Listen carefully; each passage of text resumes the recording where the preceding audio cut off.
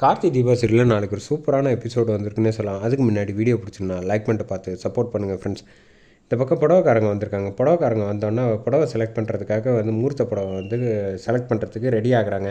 அந்த சமயத்தில் அபிராமி உனக்கு பிடிச்சதை எடுத்துக்க அப்படின்னு சொல்கிறப்ப, இல்லை நான் கார்த்திக்கிட்ட கேட்டுட்டு எடுத்துக்கிறேன் அப்படின்னோன்னா, உனக்கு பிடிச்சதை கார்த்திக்கிட்ட ஏன் கேட்கணும் அப்படிங்கிறப்ப தீபா சொல்கிறாங்க, எனக்கு என்ன கலர் பிடிக்குங்கிற என்ன புடவை பிடிக்கும் எல்லாமே அவருக்கு தெரியும், இருந்தாலும் சும்மா நாங்கள் கேட்டுப்போம் அப்படின்னோன்னே ஐஸ்வர்யா கேட்குறாங்க, நிஜம்லேயே கார்த்திக்கு நீ என்ன செலக்ட் பண்ண போகிறேங்கிற விஷயம் வரைக்கும் எல்லாமே உன்னை பற்றி தெரியுமா அப்படின்னோன்னே ஆமாம் அப்படின்னு சொல்லிடுறாங்க. உடனே ரம்யா ஒரு சொல்கிறாங்க ஐடியா, மீனாட்சி நீங்களும் சரி ஐஸ்வர்யாவும் ஃபோனை போட்டு உங்கள் புருஷங்கிட்ட கேளுங்க, அதில் ஒரு புடவை செலக்ட் பண்ணிட்டு மீதி ரெண்டு இன்னொரு கலர் பிடிக்காத கலரை மிக்ஸ் பண்ணுங்கள், யார் கரெக்டாக சொல்கிறான்னு பார்ப்போம் அப்படின்னு சொல்கிறப்ப வாய்ப்பே இல்லை. மீனாட்சி சொல்கிறாங்க, அவருக்கு எது பிடிக்கும் பிடிக்காதுங்கிறது முதல்ல எதுவுமே தெரியாது அப்படின்னோடனே, உனக்காவது பரவாயில்ல பிடிக்காதுன்னு சொல்லுவாப்புல, என்னையே அவர் பிடிக்காது அப்படின்னு சொன்னாலும் ஆச்சரியப்படுறதுக்கு இல்லை அப்படின்னு ஐஸ்வர்யா சொல்கிறாங்க. விழுந்து சிரிக்க ஆரம்பிச்சிடுறாங்க. சரி ஃபோனை போடுங்கன்னு மீனாட்சி முதல்ல வீடியோ காலில் சொல்கிறாங்க. கலர் கரெக்டாக தப்பாக சொல்லிடுறாங்க. மாமா என்னமோ சொன்னீங்களே அருணாச்சலத்துக்கிட்ட உங்கள் பையன் கரெக்டாக கண்டுபிடிப்பான்னு, ஆமாம்மா சொதப்பிட்டான் அப்படின்னு, பரவாயில்ல அருண் இருக்கான்ல அருண்கிட்ட கேட்போம் அப்படின்னு சொல்லிட்டு அருண் கிட்ட ஃபோனை போடுறாங்க ஐஸ்வர்யா. இப்போ எவ்வளோ வேலையில் அலைஞ்சிக்கிட்டு இருக்க, நீ இதெல்லாம் ரொம்ப முக்கியமா அப்படின்னோடனே, பரவாயில்ல சொல்லுங்கள் அப்படின்னா, 3 புடவையும் உன்னோட கொஞ்சம் அழகாகவே இருக்குது, அதனால் உனக்கு இது 3மே வேணாம் அப்படின்னு சொல்லி ஃபோனை வச்சிடுறாங்க. இந்த பக்கம் ரம்யாவுக்கு தீபா ஃபோனை போடுன்னு சொன்னோன்னே தீபா ஃபோனை போடுறாங்க கார்த்திக்கிட்ட. ஃபோனை போட்டு கல்யாண புடவை செலக்ட் பண்ண முகூர்த்த புடவை, அதனால் நீங்கள் எதுன்னு பார்த்து சொல்லுங்கள் அப்படின்னா, சரி எனக்கு ஃபோட்டோ அனுப்புங்க அப்படின்னோன்னா அனுப்பினதுக்கப்புறம் கரெக்டாக ப்ளூ கலர் வேணும்னு சொல்கிறாங்க. கரெக்டாக கார்த்தி தெரிஞ்சுக்கிட்டே வேணுன்ட்டே பச்சை கலர் நல்லாயிருக்கு எடுத்துக்கங்கன்னு சொல்லி ஃபோனை வச்சிடுறாங்க. இந்த பக்கம் என்னமோ புரிஞ்சுக்கிட்டா அப்படின்னா ஐஸ்வர்யாவும் கிண்டல் பண்ணுறாங்க. மீனாட்சியும் என்ன இப்படி பல்பு வாங்கிட்டாப்புல கார்த்தி, 6 அடிப்பாப்புலன்னு பார்த்தா அப்படின்னு மீனாட்சியும் கிண்டல் பண்ணுறாங்க. இந்த பக்கம் ரம்யா சந்தோஷப்படுறாங்க, நல்ல வேளை கார்த்தி தப்பாக சொல்லிட்டான் அப்படின்னு நினச்சிக்கிட்டு.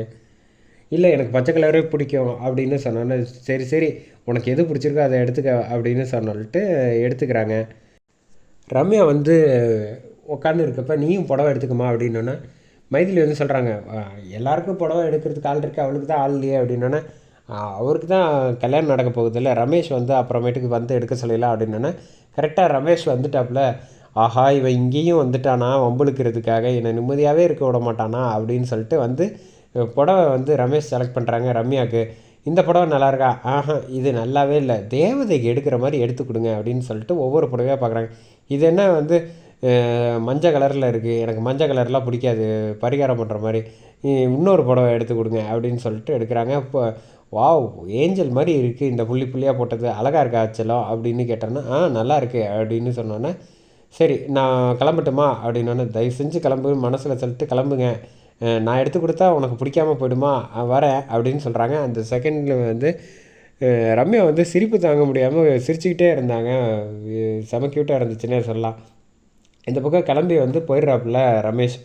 போனதுக்கப்புறம் தனியாக ஐஸ்வர்யா கூப்பிட்றாங்க, உனக்கு தான் கல்யாணத்தில் விருப்பமே இல்லையே, நீ கார்த்திகை கல்யாணம் பண்ணிட்டு இப்போ இவரை கல்யாணம் பண்ணணும்னு நினைக்கிறியே, உனக்கு என்ன ஆச்சு அப்படின்னு கேட்குறப்ப அதெல்லாம் ஒன்றும் இல்லை அப்படின்னோடனே, இப்போ தீபாவும் சரி மைதிலியும் கோயிலுக்கு போகிறாங்க.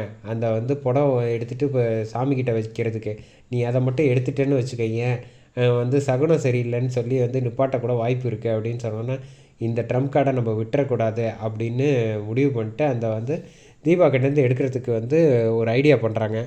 அங்கே கோயிலுக்கு போகிறப்ப ரியா வந்துடுறாங்க. ரியா நீ எப்படி வெளில வந்துட்டேன்னா, நான்லாம் வெளில வந்தாச்சு, என்ன மறுபடியும் உனக்கு கல்யாணம் பண்ணி வைக்க போகிறாங்களா, ஒரே மாப்பிள்ளை எத்தனை தடவை தான் கல்யாணம் பண்ணுவீங்க, உனக்கு என்ன வந்துச்சு, எங்கள் சந்தோஷத்தில் நீ தலையிடாத, உன்னை சும்மா விட மாட்டேன் அப்படின்னு சொல்லிட்டு ரியா கோவப்பட்டுட்டு அங்கேருந்து போயிடுறாங்க. இந்த பக்கம் இவைய வெளில வந்துட்டாலே இனிமேல் நிம்மதியாக இருக்க விடுவாளா, உடனே விடு, அவள் இல்லைன்னா என்ன கார்த்திக்கிட்ட சொல்லி ஏதாவது ஒரு முடிவு எடுக்க வைக்கலாம் அப்படின்னு சொல்கிறாங்க. இந்த பக்கம் புடவை எடுத்துகிட்டு நடந்து வந்துட்டுருக்கப்போ கரெக்டாக ரம்யாவோட ஆள் அந்த புடவையை தீபா கிட்டேருந்து டக்குன்னு தூக்கிட்டு ஓடிடுறாங்க. பின்னாடியே இவங்க 2 பேரும் ஓடி துரத்துறாங்க. அவங்களால பிடிக்க முடியல, அவர் ஓடி போய் ஒளிஞ்சிக்கிறாப்புல. இப்போ அத்தைக்கிட்ட கேட்டால் என்ன சொல்கிறது, இப்போ நம்ம முகூர்த்த புடவை வேறு ஆசையாக எடுத்தது, அது நம்ம தொலைஞ்சு போச்சு அப்படின்னு சொன்னால் யாராவது தப்பாக நினைக்க மாட்டாங்களா, எல்லோரும் மனசு வருத்தப்படுவாங்களே அப்படின்னு சொல்கிறப்ப, நீ ஒன்றும் கவலைப்படாத, அதே மாதிரி புடவை வந்து இன்னொன்று கூட வாங்கி வச்சுக்கலாம் யாருக்கும் தெரியாமல் அப்படின்னு வந்து மைதிலி ஐடியா கொடுக்குறாங்க. எதுவாக இருந்தாலும் பார்த்துக்கலாம், நீ ஒன்றும் கவலைப்படாத, நல்லபடியாக கல்யாணம் நடக்கும் அப்படின்னு சொல்கிறாங்க. அதோட முடியுது.